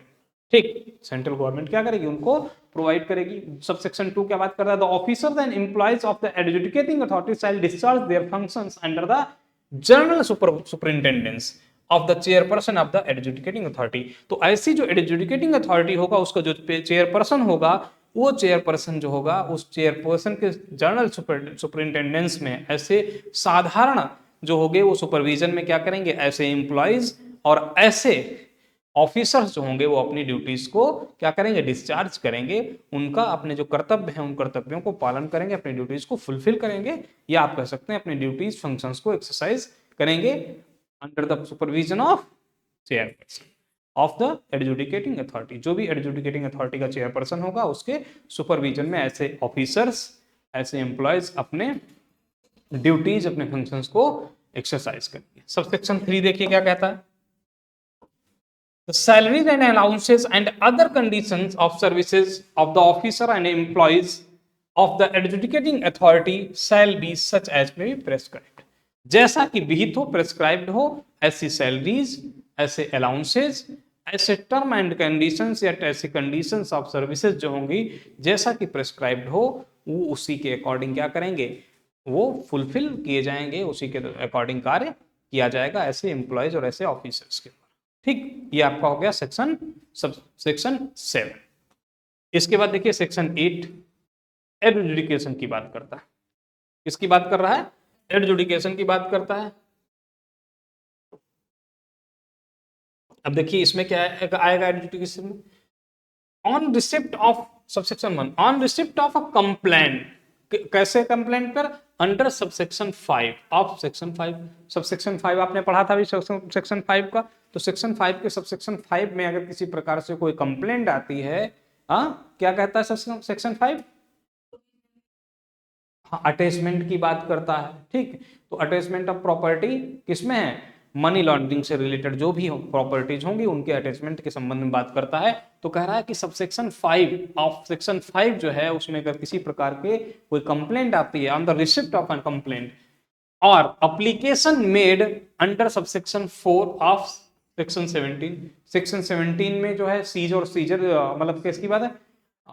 सीज और सीजर और फ्रीजर की बात करता है। ठीक, सीज और फ्रीज की बात करता है, किसी प्रॉपर्टी को सीज करने का, फ्रीज करने का, तो उसके अंदर किसी प्रकार से क्या आती है, एप्लीकेशन कोई आती है। अंडर सबसेक्शन 10 ऑफ सेक्शन 18, 18 जो धारा 18 है, धारा 18 के जो सबसेक्शन 10 है, इसमें किसकी बारे में बात की गई, सीज की बात की गई। ठीक, if the adjudicating authority has reason to believe, क्या है, उसको विश्वास करने का कारण है, हैज रीजन टू बिलीव, तो क्या होगा, that any person has committed an offence under subsection 3 और इन position of proceed of crime. क्या है, प्रोसीड ऑफ क्राइम बताया था हमने कि प्रोसीड ऑफ क्राइम में क्या है, कोई ब्लैक मनी से क्या हुआ कि किसी ऐसे प्रोसीड ऑफ क्राइम में इन्वॉल्व है, कोई ऐसी मनी लॉन्ड्रिंग है, मनी लॉन्ड्रिंग से कोई प्रॉपर्टी कोई परचेज की है, कोई ऐसा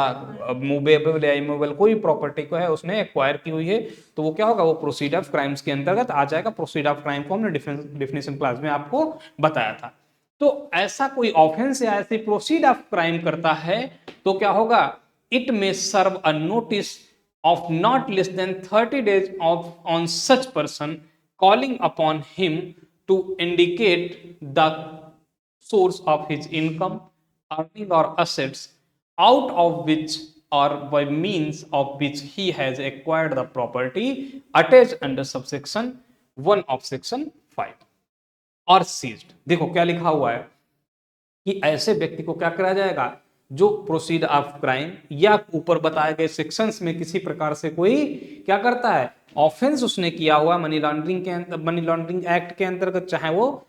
आपका सेक्शन 17 के अंदर, सेक्शन 18 के अंदर या सेक्शन 5 के अंतर्गत कोई जो कंप्लेंट है, या दो भी जो बताए गए सेक्शन 17 और सेक्शन 18 के अंतर्गत जो एप्लीकेशन बताया गया, कोई ऑफेंस किया गया उसके द्वारा, कोई एप्लीकेशन दी गई किसी के द्वारा, तो इन ऑफेंसेज में अगर कोई व्यक्ति इन्वॉल्व हुआ है जिससे क्या हो, इन ऑफेंस इनके अंतर्गत कोई ऑफेंस किया है या किसी प्रोसीड ऑफ क्राइम में इन्वॉल्व है, तो तब क्या होगा कि ऐसे व्यक्ति को क्या किया जाएगा, इट में सर्व अ नोटिस, उसको क्या होगा कि एक नोटिस भेजी जाएगी और उससे क्या कहा जाएगा, of not less than 30 days on such person calling upon him, और विद इन 30 डेज 30 दिन से अधिक समय में नहीं, उससे कम समय में क्या हो कि ऐसे व्यक्ति को बुलाया जाएगा और बुला करके उससे पूछा जाएगा कि आपके जो सोर्स ऑफ इनकम हैं उनको क्या करिए, बताइए, indicate the source of income. क्या लिखा हुआ है, सोर्स ऑफ इनकम, अर्निंग और असेट्स, आपकी क्या कमाई कहां से इतना पैसा कमाते हैं, ये जो सोर्स ऑफ इनकम है वो आपका क्या है, और दूसरा असेट्स, आपके पास क्या क्या असेट्स हैं, पुरानी जमीन, खानदानी जमीन किसके पास थी, कितनी, आपके माँ बाप आपको कितना दे गए, किसी ने कोई दान कर दिया है, किसी एनजीओ में, जो भी चीजें हैं, जो आपके एसेट्स हैं, जो आपका सोर्स ऑफ इनकम है, आपकी अर्निंग क्या है, जो भी सारी चीजें हैं, out of which by means मतलब ऐसे कौन से वो संसाधन हैं जिन साधनों से क्या कर रहे हैं आप, ऐसी अर्निंग कर रहे हैं, of which he has acquired the property, ऐसे मींस, ऐसे साधनों के द्वारा जिससे आपने क्या किया, ऐसे प्रॉपर्टी को एक्वायर किया है, प्राप्त किया है,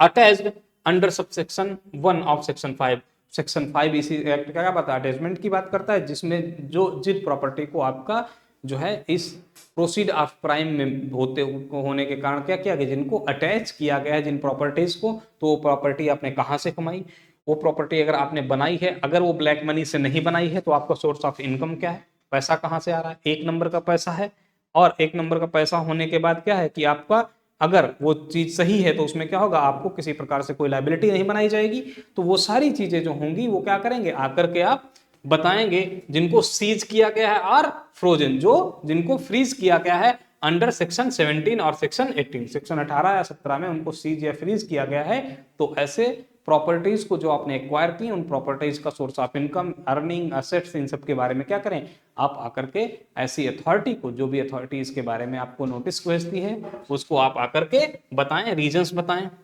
the evidence on which he relies and other relevant information and particulars, and to show cause why all or any of such properties should not be declared to be the properties involved in the money laundering and confiscated bye the central government. जो ऐसी central government के द्वारा जो confiscate की गई property हैं, जो इस मनी लॉन्ड्रिंग एक्ट के अंतर्गत जिन भी प्रॉपर्टीज को सीज या फ्रीज किया गया है, ये सभी जो प्रॉपर्टीज हैं इनको आप क्या करें, जो source of income, earning, assets आप बताएं, और बताकर कहा है कि जिसको भी मनी लॉन्ड्रिंग एक्ट के अंतर्गत इनको सीज या फ्रीज किया गया है, अटैच किया गया है, ये सभी ऐसी बनाई हुई, ऐसे एक्वायर की गई प्रॉपर्टी जो है ऐसे व्यक्ति के द्वारा, वो ब्लैक मनी से नहीं की गई हैं, इसके बारे में जो है वो क्या करे, वो आकर ऐसी अथॉरिटी को बताए। ठीक, ये सबसेक्शन आपका कौन सा बात, सॉरी सेक्शन 18(8) है, जो 8 का सबसेक्शन 1 बात करता है। अब देखिए इसका प्रोवाइजो क्या कहता है, provided that where a notice under this subsection specifies any property as being held by a person on behalf of any other person. अब देखो क्या है, एनी अदर पर्सन के बिहाफ की बात कर रहा है, मतलब it is this provision is talking about the client. आपने क्लाइंट की बात पढ़ी थी,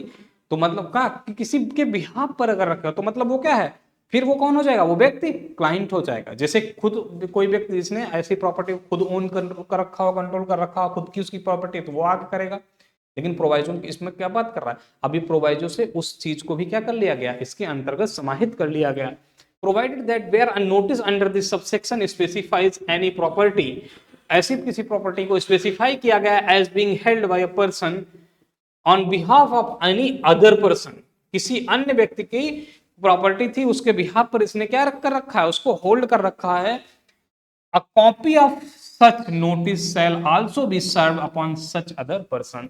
तो किसी और की प्रॉपर्टी थी, इसने उसको होल्ड कर रखा है किसी अन्य के बिहाफ पर, जैसे किसी नौकर के नाम प्रॉपर्टी है तो नौकर को तो ऐसी प्रॉपर्टी के लिए नोटिस जाएगी ही, लेकिन साथ ही साथ ऐसी नोटिस जो है वो किसको जाएगी, मालिक को भी जाएगी जिसके बिहाफ पर ऐसी प्रॉपर्टी उसने होल्ड करके रखी हुई है। ये कौन बात करता है, ये बात करता है आपका प्रोवाइसो। तो आगे देखिए क्या कहता है, प्रोवाइडेड फर्दर दैट, आगे इसमें क्या प्रोवाइड किया गया है, where such property is held jointly by more than one person. अगर कोई ऐसी प्रॉपर्टी जिसमें एक से अधिक लोग जो है उसको उसमें इंटरेस्ट रखते हैं या उसको क्या करते हैं, उसमें एक से अधिक लोगों का हिस्सा है,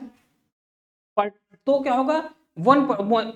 मोर than one person, such notice shall be serve to all person holding such property. उन सभी पर्सन्स को जो जिन जिन उस प्रॉपर्टी में जिन जिन लोगों का या जितने भी लोगों का क्या होगा उसमें शेयर होगा, जितने भी लोगों ने ऐसी प्रॉपर्टी को होल्ड कर रखा होगा, जिन जिन जिस व्यक्तियों के नाम होगा या आप कह सकते हैं ऐसे जितने भी व्यक्तियों का ऐसी प्रॉपर्टी पर इंटरेस्ट होगा, उन सभी व्यक्तियों को क्या कर दिया जाएगा,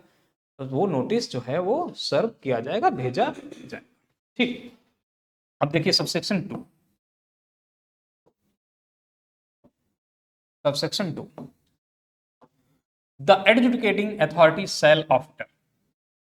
considering the reply if any, क्या करेगा, कंसीडर करेगा ऐसे रिप्लाई को, अगर कोई रिप्लाई आता है, कैसे संबंध में, ऐसी नोटिस के संबंध में,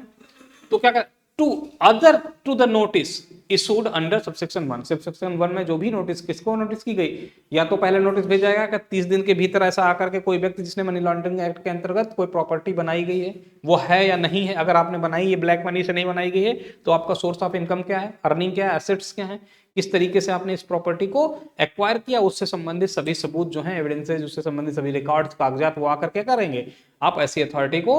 देंगे, जिसको सबसेक्शन 5 में या सेक्शन 17 के में या सेक्शन 18 में अटैच किया गया है, सीज किया गया है, फ्रीज किया गया है उसके संबंध में। ठीक, फिर ये बात कर दिया किसने, सबसेक्शन 1 ने। उसका फर्स्ट प्रोविजो क्या कहता है कि मान लिया कोई ऐसा व्यक्ति है प्रॉपर्टी वो जो प्रॉपर्टी जिसका अटैचमेंट हुआ है, ये जो प्रॉपर्टी है जिसके लिए क्या है ऐसी नोटिस भेजी जा रही है, तो वह व्यक्ति जो प्रॉपर्टी जिसके लिए नोटिस भेजी जा रही है उस प्रॉपर्टी को वो प्रॉपर्टी उस व्यक्ति की नहीं जिसने उसको होल्ड कर रखा है, वो उसने किसी अन्य व्यक्ति के बिहाफ पर उस प्रॉपर्टी को होल्ड कर रखा है, तो उन दोनों व्यक्तियों को। कोई ऐसी प्रॉपर्टी है जिसमें एक से अधिक लोगों का इंटरेस्ट है, शेयर्स हैं ऐसी प्रॉपर्टी में, तो उन सभी लोगों का होगा ऐसी नोटिस भेजी जाएगी। तो सबसेक्शन 1 में जो नोटिस बताई गई, ऐसी नोटिस जो भेजी जाएगी, उस नोटिस के रिप्लाई में क्या होगा, अगर कोई उस नोटिस का रिप्लाई करता है तो उसको क्या होगा कि ऐसी जो एडजुडिकेटिंग अथॉरिटी है वो क्या करेगा, ऐसी रिप्लाई को कंसीडर करेगा, और ऐसे रिप्लाई को कंसीडर करने के बाद इफ एनी, अगर कोई रिप्लाई आता है the notice issued under subsection 1, तो क्या होगा आगे, हियरिंग द एग्रीव्ड पर्सन, ऐसे पीड़ित व्यक्ति का सुनवाई करेगा, एंड द डायरेक्टर और any other officer authorised by him in his behalf, and तो ऐसे उसका क्या करेगा, ऐसे पीड़ित पक्षकार जो होगा उसको उसकी सुनवाई करेगा। कौन सुनवाई करेगा, कोई उसका डायरेक्टर ऐसी अथॉरिटी का या कोई अन्य पर्सन जो इसके लिए क्या होगा ऐसी सुनवाई के लिए अथॉराइज किया गया होगा। And taking into account all relevant materials placed और रिकॉर्ड बिफोर हिम, जो भी ऐसे डायरेक्टर के समक्ष या ऐसे अथॉराइज पर्सन जो ऐसी हेयरिंग के लिए क्या अथॉराइज किया गया है, वो ऐसे taking into account all relevant materials, ऐसे जो भी उससे संबंधित जो भी मामले होंगे, जो मटेरियल्स उसको क्या करेगा, उसको देखेगा, प्लेस्ड जो उसके समक्ष रखे जाएंगे, एंड रिकॉर्ड बिफोर हिम, और जो भी उसके सामने ऐसे रिकॉर्ड ऐसे मटेरियल्स को उसके सामने रखा जाएगा उनको क्या करेगा, वह ले लेगा ऐसे सबूतों को, ऐसे मटेरियल्स को, ऐसे रिकॉर्ड्स को। कौन से रिकॉर्ड, जिसमें वो व्यक्ति बता रहा है कि हमने ऐसी ऐसी संपत्ति जो है इस तरीके से एक्वायर की है। him by an order record of finding whether all or any of the properties referred to in the notice issued under subsection 1 are involved in money laundering। क्या होगा कि अगर कोई ऐसी चीज जो क्या है ऐसे जो भी आपका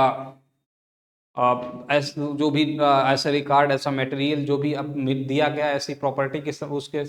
लिए, तो क्या होगा, क्या है, by an order record a finding, क्या होगा कि कोई जो भी उसमें फाइंडिंग्स आएंगी निकल कर, जैसे कोर्ट होगा, कोर्ट में क्या करता है, कोर्ट जो भी फाइंडिंग्स आती हैं सुनवाई के बाद उन फाइंडिंग्स को रिकॉर्ड करता है। तो ऐसा डायरेक्टर या ऐसा अथॉराइज्ड पर्सन क्या करेगा, उन फाइंडिंग्स को रिकॉर्ड करेगा, और रिकॉर्ड करने के बाद यदि कोई है, वेदर ऑल सभी, चाहे सभी यार any of the properties referred, या उनमें से कोई ऐसी जो किसी प्रॉपर्टी को जिसके लिए नोटिस भेजा गया था कि मनी लॉन्ड्रिंग से रिलेटेड ये प्रॉपर्टी है, इस या मनी लॉन्ड्रिंग के अंतर्गत ये प्रॉपर्टी आती है, ब्लैक मनी से एक्वायर की गई प्रॉपर्टी है, तो उसमें जो भी फाइंडिंग्स होंगी उन सभी या उनमें से कुछ फाइंडिंग्स को क्या करेगा, वह इन ऐसी फाइंडिंग्स को रिकॉर्ड करेगा, लिखेगा, अपने पास रखेगा, जो भी ऐसी मनी लॉन्ड्रिंग में वो ऐसी प्रॉपर्टी इन्वॉल्व है। अगला प्रोवाइड क्या कहता है, provided that if the property is claimed by a person, यदि किसी व्यक्ति के द्वारा ऐसे क्या करिए, किसी प्रॉपर्टी पर क्लेम किया गया, दावा किया गया, other than a person to whom the notice had been issued, और वो व्यक्ति कैसा है कि जिसको ऐसी नोटिस इशू की गई थी ऐसी अथॉरिटी के द्वारा, उसके अलावा कोई व्यक्ति क्या करता है, किसी प्रॉपर्टी जो ऊपर सबसेक्शन 1 में बताई गई प्रॉपर्टीज हैं उस पर क्लेम करता है, दावा करता है, such person shall also be given an opportunity to being heard to prove that the property is not involved in money laundering. तो वो दावा करने वाले व्यक्ति को क्या है, ये प्रॉपर मौका दिया जाएगा सुनवाई का कि वो ऐसी जो प्रॉपर्टी है जिसको अटैच किया गया है, मनी लॉन्ड्रिंग के अंतर्गत रखा गया है, उस प्रॉपर्टी के बारे में वो सबूत और वो रिकॉर्ड्स दे, और उससे ये प्रूव करे कि ऐसी जो प्रॉपर्टी है वो मनी लॉन्ड्रिंग के अंतर्गत नहीं आती है। तो अब ये वाली बात भी किस बारे में बात करती है, ये वाली बात किस चीज को इसने प्रूफ कर दिया कि जो मनी लॉन्ड्रिंग एक्ट है या जो ऐसी अथॉरिटी है, ये सीपीसी के भले प्रोविजंस को फॉलो न करती हो, उसके द्वारा बाउंड ना हो, लेकिन ये क्या है, it is guided by the principle of natural justice, natural justice के जो प्रिंसिपल्स हैं उनको बिल्कुल फॉलो करती है, उनके द्वारा ये जो है गाइडेड है। Subsection 3, where the adjudicating authority decides under subsection 2 that any property is involved in money laundering, he shall, ठीक है, अगर कोई एडजुडिकेटिंग अथॉरिटी को ये लगता है कि जो प्रॉपर्टी है उपरोक्त दी गई प्रॉपर्टी क्या मनी लॉन्ड्रिंग के अंतर्गत इन्वॉल्व हैं, he shall by an order in writing, कैसा, लिखित में एक आदेश द्वारा confirm the attachment of the property made under subsection 1 of section 5, section 1 of जो है सबसेक्शन 1 सेक्शन 5 का जो है उसके अंतर्गत क्या कर सकती है, वो ऑर्डर कर सकती है, किसके लिए, अटैचमेंट के लिए, ऐसे अटैचमेंट के ऑर्डर को क्या कर सकती है, कंफर्म कर सकती है, और रिटेंशन ऑफ प्रॉपर्टी और record seized frozen under section 17 और 18 एंड क्या कर सकती है, उनको रिटेंशन, उनको रिटेन कर सकती है, रिटेंशन कर सकती है, क्या कर सकती है, रिटेंशन कर सकती है, या ऐसे ऑर्डर को क्या कर सकती है, उसको कंफर्म भी कर सकती है, जैसा भी उसको सबूत जो हैं वो मिलेंगे, record of finding to that effect where upon such attachment और रिटेंशन और फ्रीजिंग ऑफ द सीज्ड और फ्रोजन प्रॉपर्टी और रिकॉर्ड सेल, जैसा भी होगा वो, अगर उसका रिटेंशन करना है, मान लिया कि ये प्रॉपर्टी ब्लैक मनी लॉन्ड्रिंग के अंतर्गत नहीं आती है तो क्या करेगा, रिटेंशन कर देगा, अगर ऐसे सबूत मिलते हैं कि वो मनी लॉन्ड्रिंग के अंतर्गत आता है तो ऐसे अटैचमेंट को क्या कर देगा, ऐसी एडजुडिकेटिंग अथॉरिटी जो होगी उसको कंफर्म कर देगा कि इसको क्या करें, कि इसको अटैच रखें। और रिकॉर्ड सेल क्या, continue during investigation for a period not exceeding 365 days, 365 दिन, और the pendency of the proceeding relating of to any office under this act before a court or under the corresponding law of any other country before the competent court of criminal jurisdiction outside India is as the case may be, जैसा भी होगा कि ऐसी जो है कि मान लिया अगर होता है कि एक तो रिटेंशन कर देगा या कंफर्म कर देगा, ना तो रिटेंशन होता है ना कंफर्म होता है, तो क्या होगा कि इसको क्या कर देगा, 365 दिनों के लिए क्या कर देगा, कंटिन्यू कर देगा investigation for the period of, तो उसको इन्वेस्टिगेट करने के लिए 365 दिनों के इन्वेस्टिगेशन के लिए उसको क्या कर देगा, आगे कंटिन्यू कर देगा, ठीक। The pendency of proceedings relating to any offence under the this act, इस एक्ट के अंतर्गत मान लिया कोई ऑफेंस किया गया है या बिफोर अ कोर्ट और under the corresponding law of any other country, या किसी अन्य कंट्री में ऐसा ही इसी प्रकार का कोई लॉ है, उस करस्पॉन्डिंग लॉ के अंतर्गत ऐसी जो है क्या, before the competent court of criminal jurisdiction, जो आउटसाइड इंडिया, जो भारत के बाहर जो है क्रिमिनल जुरिस्डिक्शन का क्षेत्राधिकार का कोई ऐसा कोर्ट है जो किसी इसी पीएमएलए के प्रकार का ही कोई क्या है, वो कोई करस्पॉन्डिंग लॉ है, उसको करस्पॉन्डिंग लॉ के अंतर्गत ऐसी प्रोसीजर को, ऐसे इन्वेस्टिगेशन करने के लिए वो क्या कर देगा, कंटिन्यू कर देगा। ठीक, एज द केस में भी, जैसा कि मामला हो। एंड आगे क्या बात करता है, B, become final and after an order of confiscation is passed under subsection 5 or subsection 7 of section 8 or section 58b or subsection 2a of section 60 by the special code. तो जो स्पेशल कोड के द्वारा क्या होगा, उसमें जो भी ये सेक्शंस दिए गए इनमें क्या कर देगा, बिकम फाइनल, उसको फाइनल कर देगा। ठीक, एक्सप्लेनेशन देखिए क्या है, बात करता है। इतने इसमें सब सेक्शन है भाई, मेरा तो गले में दर्द हो गया। ठीक, एक्सप्लेनेशन देखिए, पानी पी लेता हूं।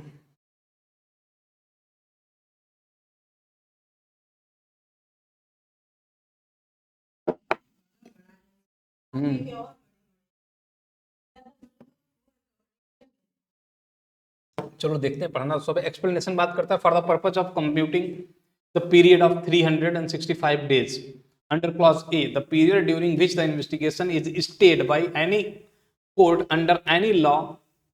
for the time being in force shall be excluded।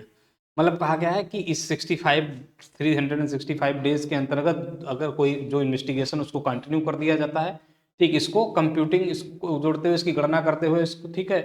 फिर stayed, investigation is stayed by any other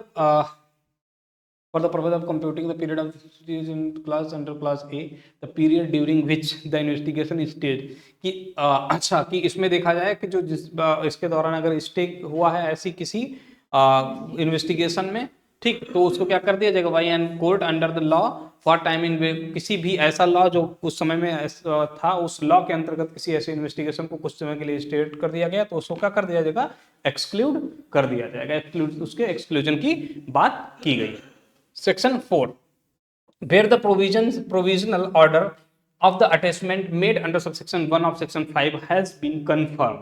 अगर क्या है, सबसेक्शन 5 के सेक्शन 1 में, सबसेक्शन 1 में जो अटैचमेंट किया गया, उस अटैचमेंट के अंतर्गत जो भी है उसमें इन जो भी आपने देखा पिछले कि जो भी रिकॉर्ड्स देखे गए, जो भी एविडेंसेस देखे गए, उनको देखकर ऐसा लगा कि एजुकेटिंग अथॉरिटी को कि ये जो अटैचमेंट है वो सही किया गया था, इसको कंफर्म कर देता है कि ये मनी लॉन्ड्रिंग के अंतर्गत ही एक्वायर की गई प्रॉपर्टी है, तो उसको क्या कर देगा, कंफर्म कर देता है।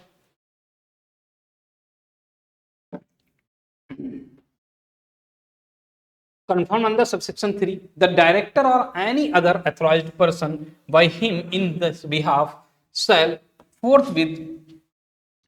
take the possession of the property attached under section 5 or frozen and under subsection 1A of 17 in such manner as may be prescribed। क्या करेगा, उसको कंफर्म कर देगा। कंफर्म करने के बाद क्या होगा कि क्या करेगा कि इसका पोजीशन जो होगा ऐसी प्रॉपर्टी का, वो सेक्शन 5 या section 1A subsection 1A of 17 का जो होगा उसके अंतर्गत उसको पोजीशन कौन रखेगा, ऐसा डायरेक्टर या जो उसका ऑथराइज्ड पर्सन होगा उस पर पोजीशन रखेगा, जैसा भी प्रेस्क्राइब्ड हो। ठीक, जैसा भी प्रेस्क्राइब हो, जिस तरीके से बताया गया उस तरीके से उसको क्या करेगा, उस पर पोजीशन लेगा। प्रोवाइडेड देखिए, provided that if it is not practicable, क्या है, अगर यह प्रैक्टिकेबल नहीं है to take possession of a property frozen under the subsection 1A of section 17, the order of confiscation shall have the same effect as if, कैसे उसका effect कैसे माना जाएगा, एज इफ मानो कि the property had been taken position of, कि अगर उसका पोजीशन एक्चुअली पोजीशन उसका लिया जाना संभव नहीं है, नहीं लिया जा सकता है, तो उसका पोजीशन इस तरीके से माना जाएगा कि जैसे कि उसका पोजीशन एक्चुअली ले लिया गया हो, ये माना जाएगा। ठीक, ये बात करता है ये प्रोवाइजन। ठीक, सबसेक्शन 5 देखिए इसकी क्या बात करता है। सबसेक्शन 5 इसका कहता है where no conclusion of a trial, where no conclusion of a trial of an offense under this act, the special court, जहां पर किसी ऐसे ट्रायल का, जो ऐसे ट्रायल चल रहा है उस ट्रायल का कोई कंक्लूजन नहीं निकलता है, the special court finds that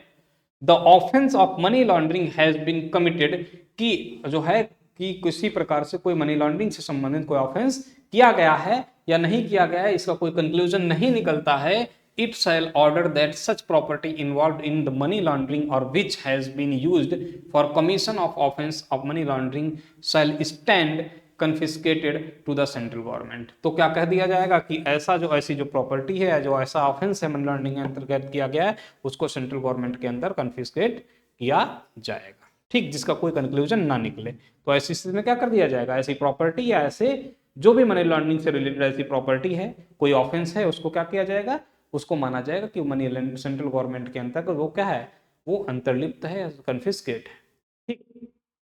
subsection 6 देखिए क्या बात करता है इसका। सबसेक्शन 6, अच्छा नहीं पे चला गया, okay. Subsection 6, where on conclusion of a trial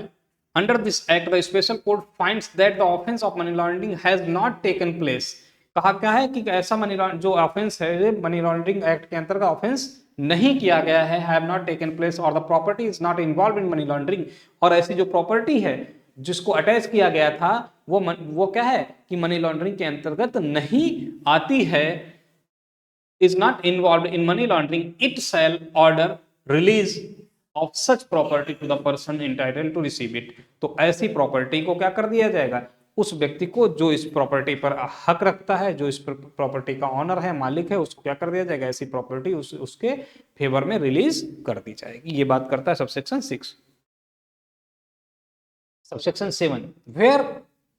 the trial under this act can not be conducted, क्या है, where the trial under this act cannot be conducted by reason of death of the accused or accused being declared a proclaimed offender, क्या है, जहां पर किसी ऐसी trial को क्या ट्रायल की जो प्रोसीडिंग है उसको टेकन प्लेस, मतलब उसको हेल्ड ही नहीं किया, उसको शुरू ही नहीं किया जाता है, because of the death of the accused, जो अभियुक्त है उस अभियुक्त की डेथ के कारण ऐसा ट्रायल को जो है उस ट्रायल को नहीं किया जाता है, या ऐसा जो अक्यूज्ड है वो क्या है, प्रोक्लेम्ड ऑफेंडर है। ठीक, तो इस सिचुएशन में और फॉर एनी अदर रीजन, या किसी अन्य कारण से ऐसा ट्रायल नहीं किया जाता है, और having commenced but could not be conclude the special court शैल, लेकिन ऐसे ट्रायल को कंक्लूड नहीं किया गया, किस कारण से, या तो वो ऑफेंडर तो अब्सकॉन्डिंग ऑफेंडर है, या ऐसे अक्यूज्ड की डेथ हो गई, या किसी अन्य कारण से अगर ऐसे और ट्रायल को कंक्लूड नहीं किया जाता है, द स्पेशल कोर्ट शैल, जो स्पेशल कोर्ट होगी शैल on an application moved by the director or a person claiming to be entitled to the possession of the property in respect of which an order has been passed under subsection 3 of section 8। मतलब subsection 3 of section 8 धारा 8 के उपधारा 3 के अंतर्गत जो भी ऐसी property को क्या कर रहा है, क्लेम कर रहा है कि वो प्रॉपर्टी उसकी है, और ऐसे डायरेक्टर के द्वारा क्या किया गया है, जिसको ऐसी एप्लीकेशन की गई है, ऐसे व्यक्ति के द्वारा क्या किया, ऐसी एप्लीकेशन की गई है, pass appropriate orders regarding confiscation और release of property as the case में भी। तो क्या किया जाएगा, या कन्फिस्केशन के संबंध में, या तो फिर ऐसी प्रॉपर्टी को रिलीज करने के संबंध में क्या किया जाएगा, प्रॉपर जो है उसके संबंध में जो भी होगा उस प्रकार का ऑर्डर जो है वो पास कर दिया जाएगा, एज द केस में भी, जैसा कि मामला हो, involve in the offence of money laundering after having regard to the apprehension material before. जो भी ऐसी एडजुडिकेटिंग अथॉरिटी के समक्ष जो भी एविडेंस है, जो भी मटेरियल उसके समक्ष पेश किया है, जो भी रिकॉर्ड्स दिए जाएंगे, उन रिकॉर्ड्स को ध्यान में रखते हुए कि ऐसी प्रॉपर्टी को रिलीज किया जाना है या उसको कन्फिस्केट किया जाना है, जो भी उचित होगा उसको क्या कर दिया जाएगा, जैसा भी सही हो वो डायरेक्टर के द्वारा, ऐसे एडजुडिकेटिंग अथॉरिटी के द्वारा उसे आदेश को ऐसे स्पेशल कोर्ट के द्वारा क्या होगा कि वो स्पेशल जो कोर्ट होगा वो ऐसा ऑर्डर कर देगा, या तो रिलीज करने का लग रहा होगा तो क्या कर देगा, ऐसी प्रॉपर्टी को रिलीज कर देगा, किसके पक्ष में, जिसके संबंध में ऐसा जो पर्सन है इंटाइटल्ड है उस प्रॉपर्टी को रिसीव करने के लिए, उसने एप्लीकेशन किया है, तो उसे, नहीं तो अगर लगता है कि उसको रिलीज नहीं किया जाना तो वो कन्फिस्केट कर देगी। ठीक, उसके बाद देखिए subsection 8, where a property is stand confiscated to the central government under subsection 5 and of under subsection 5 the special court। अगर सबसेक्शन 5 में किसी प्रॉपर्टी को कन्फिस्केट कर दिया गया सेंट्रल गवर्नमेंट को, the special court in such manner as में be prescribed, जैसा कि प्रिस्क्राइब्ड हो उस मैनर में may also direct the central government को निर्देश देगी to restore such confiscated property or part thereof of a claimant with a legitimate interest in the property who may have suffered a qualifiable loss as a result of the offense of money laundering। तो जो भी जिसको property जो है वो अगर confiscate करने के लिए क्या कर दिया गया, डायरेक्ट कर दिया गया है किसको, सेंट्रल गवर्नमेंट को। और सेंट्रल गवर्नमेंट को डायरेक्ट करने के बाद कि अगर जो भी ऐसी प्रॉपर्टी था उसमें किसी प्रकार से कोई भी अगर क्या है कोई लॉस हुआ है, ठीक है, किसको, क्लेमेंट को, जिसने ऐसी प्रॉपर्टी को क्या किया, क्लेम किया है, तो उसको उस इंटरेस्ट के साथ क्या करेगी ऐसी प्रॉपर्टी में, वह उसको have suffered the qualifiable loss as the result of the offence of money laundering. Money laundering के ऑफेंस के अंतर्गत उस प्रॉपर्टी को जिसको कन्फिस्केट किया गया था उसमें किसी प्रकार से कोई लॉस हुआ है ऐसी प्रॉपर्टी में क्लेमेंट का, तो क्या करेगी, उसको रिस्टोर करेगी कौन, सेंट्रल गवर्नमेंट। ठीक, देखो लिखा हुआ है सब, रिस्टोर की बात की गई है, तो सेंट्रल गवर्नमेंट जो है रिस्टोर करेगी। प्रोवाइजो देखिए बात करता है, provide that the special court shall not consider such claim unless, कब तक ऐसे क्लेम को क्या करने नहीं करेगी, कंसीडर नहीं करेगी, जब तक कि नहीं, अनलेस इट इज सेटिस्फाइड, जब तक कि वो सेटिस्फाई नहीं हो जाती है that the Clement has acted in good faith, जब तक वो उसको सेटिस्फेक्शन इस बात को नहीं हो जाता है स्पेशल कोर्ट को कि ऐसा जो कार्य किया गया ऐसे क्लेमेंट के द्वारा वो कैसा किया गया, in good faith, good faith में नहीं किया गया है, ऐसा सेटिस्फेक्शन जब तक नहीं हो जाता है, and has suffered the loss despite having taken all reasonable precautions and is not involve in offence of money laundering, मतलब उसके द्वारा जो भी इन्वॉल्व हुआ उसमें उसने पूरे प्रिकॉशंस अपनाए थे और उसने जो ऐसा कार्य किया वो किसमें किया, गुड फेथ में किया गया। तो ऐसे जब तक ऐसा जो है वो किसी स्पेशल कोर्ट को ये बात पता नहीं चल जाएगी तब तक वो रिस्टोर करने की बात जो है वो नहीं करेगी या उसके संबंध में ऐसा ऑर्डर नहीं करेगी। ठीक, आगे देखिए, provided further that the special court में क्या कर सकती है, इफ इट थिंक्स फिट, यदि उसको उचित लगे तो क्या कर सकती है, कंसीडर द क्लेम, ऐसे क्लेम को कंसीडर कर सकती है ऑफ द क्लेमेंट के for the purpose of restoration of such property, उस प्रॉपर्टी के संबंध में, रिस्टोरेशन के संबंध में during the trial of such case in such manner as may be prescribe, जैसा कि प्रेस्क्राइब हो उस मैनर में क्या कर सकती है ऐसी स्पेशल कोर्ट जो है वो क्या कर सकती है, ऐसे प्रॉपर्टी के रिस्टोरेशन के बारे में जैसा भी उचित समझे, जैसा कि विहित हो वो उसमें क्या कर सकती है, उचित स्टेप्स जो है वो ले सकती है। तो ये जो है आपके कंप्लीट हो गए आपका सेक्शन 8।